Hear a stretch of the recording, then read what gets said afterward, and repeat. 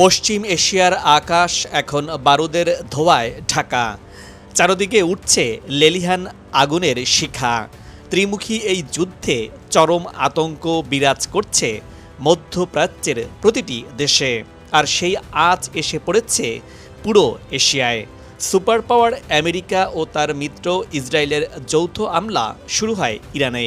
এই সামরিক অভিযানে ইরানের সর্বোচ্চ ধর্মীয় নেতা আয়াতুল্লাহ আলী খামেনি সহ শীর্ষস্থানীয় সামরিক কর্মকর্তা নিহত হন।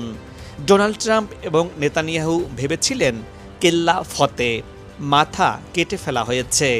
এবার তেহরান সুরসুর করে এসে আত্মসমর্পণ করবে এবং দ্রুত ইসলামী বিপ্লবী সরকার এর পতন ঘটিয়ে তারা জয়লাভ করবেন।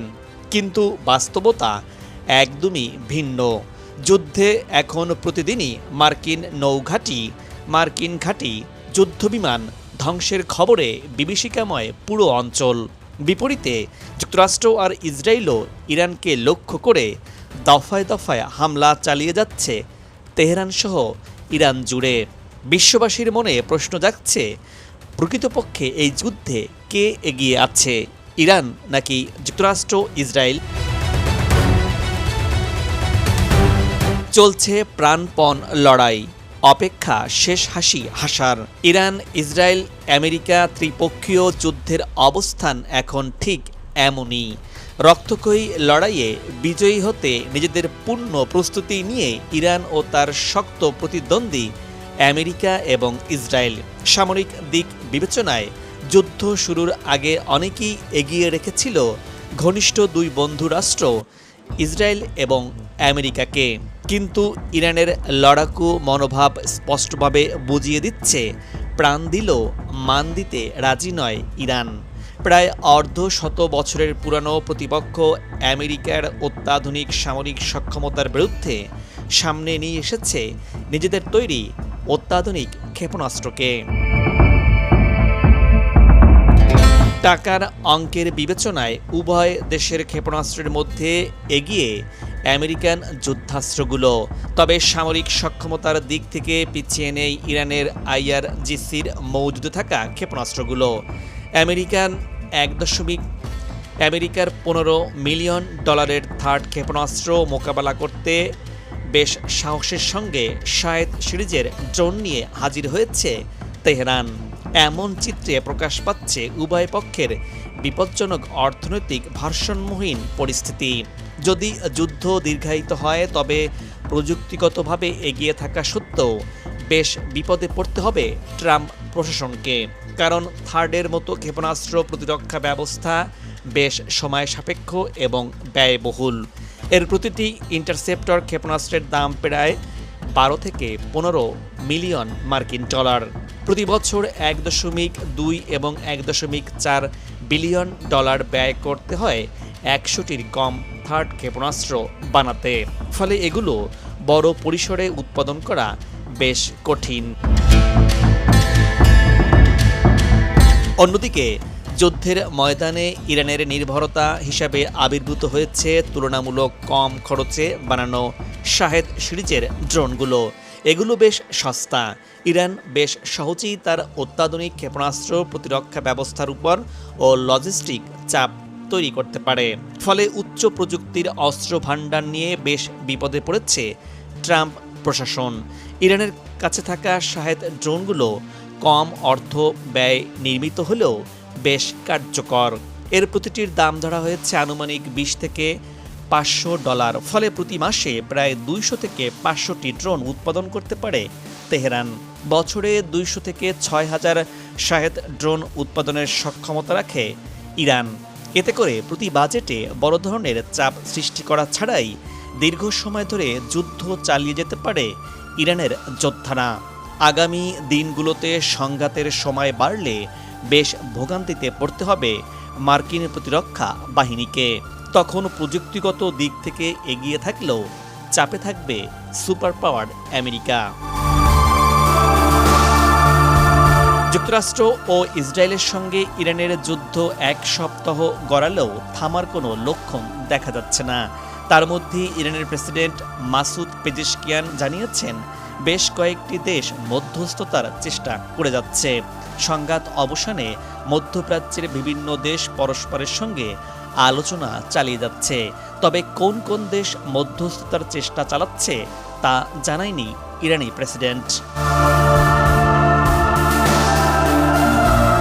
যুদ্ধের এই অষ্টম দিনে ইসরায়েলের বেন গুরিয়ন আন্তর্জাতিক বিমানবন্দরকে গুঁড়িয়ে দিয়েছে ইরান। ইসরায়েলের এই বিমানবন্দরকে লক্ষ্য করে দফায় দফায় ব্যালিস্টিক ক্ষেপণাস্ত্র হামলা চালিয়েছে তেহরান। বিপরীতে তেহরানের মেহরাবাদ আন্তর্জাতিক বিমানবন্দরে যুক্তরাষ্ট্র এবং ইসরায়েল যৌথ হামলা চালিয়েছে। এতে বিস্ফোরণ ও আগুনের কুণ্ডলী উঠতে দেখা গেছে। ইরানে আর হামলা না হলে প্রতিবেশী দেশগুলোর ওপর আর আক্রমণ চালাবে না ইরান। দেশটির প্রেসিডেন্ট মাসুদ পেজেশকিয়ান জানিয়েছেন, ইরানের অন্তর্বর্তীকালীন নেতৃত্ব সিদ্ধান্ত নিয়েছে যে প্রতিবেশী দেশগুলো থেকে ইরানের ওপর হামলা না হলে সেসব দেশে আর কোনো আক্রমণ চালাবে না তেহরান। ইরানের সংবাদ মাধ্যমে প্রকাশিত বক্তব্যে প্রেসিডেন্ট পেজেশকিয়ান বিগত দিনগুলোতে হওয়া হামলার জন্য প্রতিবেশী দেশগুলোর কাছে দুঃখ প্রকাশ করেছেন। এদিকে ইরাকের কুর্দিদের কড়া হুঁশিয়ারি দিয়েছে ইরান। কুর্দিরা ইরানের বিরুদ্ধে পদক্ষেপ নিলে ধ্বংস করে দেয়া হবে বলে কড়া হুঁশিয়ারি দিয়েছে আইআরজিসি। কুর্দিরা আজ শনিবার সকালে ইরাকের কুর্দি অধ্যুষিত স্বায়ত্তশাসিত অঞ্চলে কুর্দিদের ৩টি অবস্থান লক্ষ্য করে হামলা চালিয়েছে। আইআরজিসি এক বিবৃতিতে জানিয়েছে, যদি এই অঞ্চলে বিচ্ছিন্নতাবাদী গোষ্ঠীগুলো ইরানের আঞ্চলিক অখণ্ডতার বিরুদ্ধে কোনো পদক্ষেপ নেয় তাহলে তাদের ধ্বংস করে দেওয়া হবে। চলমান এই যুদ্ধ এক সপ্তাহ গড়াতেই ইরানকে আবার কড়া হুঁশিয়ারি আমেরিকার। ইরানে হামলার তীব্রতা বৃদ্ধির ঘোষণা আগেই দিয়েছিলেন মার্কিন প্রেসিডেন্ট ডোনাল্ড ট্রাম্প। এবার তার অর্থমন্ত্রী জানালেন, দেশটিতে আজ রাতেই হবে এযাবৎকালের সর্ববৃহৎ বোমা বর্ষণ কর্মসূচি। মার্কিন সংবাদ মাধ্যম ফক্স নিউজকে দেওয়া এক সাক্ষাৎকারে মার্কিন অর্থমন্ত্রী স্কট বেসেন্ট জানিয়েছে, আজ রাতে ইরানের উপর আমাদের বৃহত্তম বোমা বর্ষণ কর্মসূচি পরিচালিত হবে। মার্কিনে হামলায় ইরানের ক্ষেপণাস্ত্র উৎক্ষেপণ কেন্দ্র এবং ক্ষেপণাস্ত্র তৈরির কারখানাগুলো সবচেয়ে বেশি ক্ষতি হবে বলে আগাম হুঁশিয়ারি দিয়েছে মার্কিন বাহিনী। এদিকে যুদ্ধ শুরুর দিনগুলোতে উপসাগরীয় অঞ্চলে যুক্তরাষ্ট্রের ক্ষেপণাস্ত্র প্রতিরক্ষা পরিচালনার জন্য অত্যন্ত গুরুত্বপূর্ণ একটি রাডার ব্যবস্থা ধ্বংস করে দিয়েছে তেহরান। বিশ্লেষকদের মতে এই ক্ষতির ফলে জর্ডানের আকাশ প্রতিরক্ষা ব্যবস্থার বড় ধরনের ফাঁক সৃষ্টি হয়েছে। থার্ড রাডারের ওপর ইরানের এই হামলা এখন পর্যন্ত তাদের সবচেয়ে সফল হামলাগুলোর একটি হিসেবে বিবেচিত হচ্ছে। বারবার ইরানের ফাঁদে পা দিয়ে বোকা হচ্ছে ইসরায়েল। ইরান গত কয়েক বছর ধরেই তাদের সামরিক ঘাঁটিগুলোতে ডিকয় বা নকল লক্ষ্যবস্তু ব্যবহারের কৌশল অবলম্বন করেছে। এই যুদ্ধে তেমনই একটি ঘটনা ঘটেছে। ইসরায়েলি প্রতিরক্ষা বাহিনী আইডিএফ দেওয়া এক ভিডিওতে একটি MI-17 হেলিকপ্টারে আঘাত হানার দৃশ্য অনলাইন জুড়ে তর্ক বিতর্কের বিষয়ে পরিণত হয়েছে। ইসরায়েল আসলে ইরানের পাতা এক সুনিপন ফাঁদে পা দিয়েছে। ইরানের একটি বিমান ঘাঁটিতে আঁকা কিছু হেলিকপ্টারের ছবিতে বোমাবর্ষণ করেছে ইসরায়েল। এরকম নকল লক্ষ্যবস্তুতে আঘাত হানার ঘটনায় বোকা বানানো হলো ইসরায়েলকে। এই হেলিকপ্টারের আদলে ছবি আঁকতে ইরানের খরচ হয় মাত্র কয়েক ডলার। অথচ সেই নকল নিশানা ধ্বংস করতে ইসরায়েল যে নিখুঁত ক্ষেপণাস্ত্র ব্যবহার করেছে তার এক একটির দাম প্রায় 30 লাখ মার্কিন ডলার। ইরান এরকম ডিকয় মিসাইলও আকাশে ছুড়ে ইসরায়েল এবং যুক্তরাষ্ট্রকে বোকা বানিয়েছে।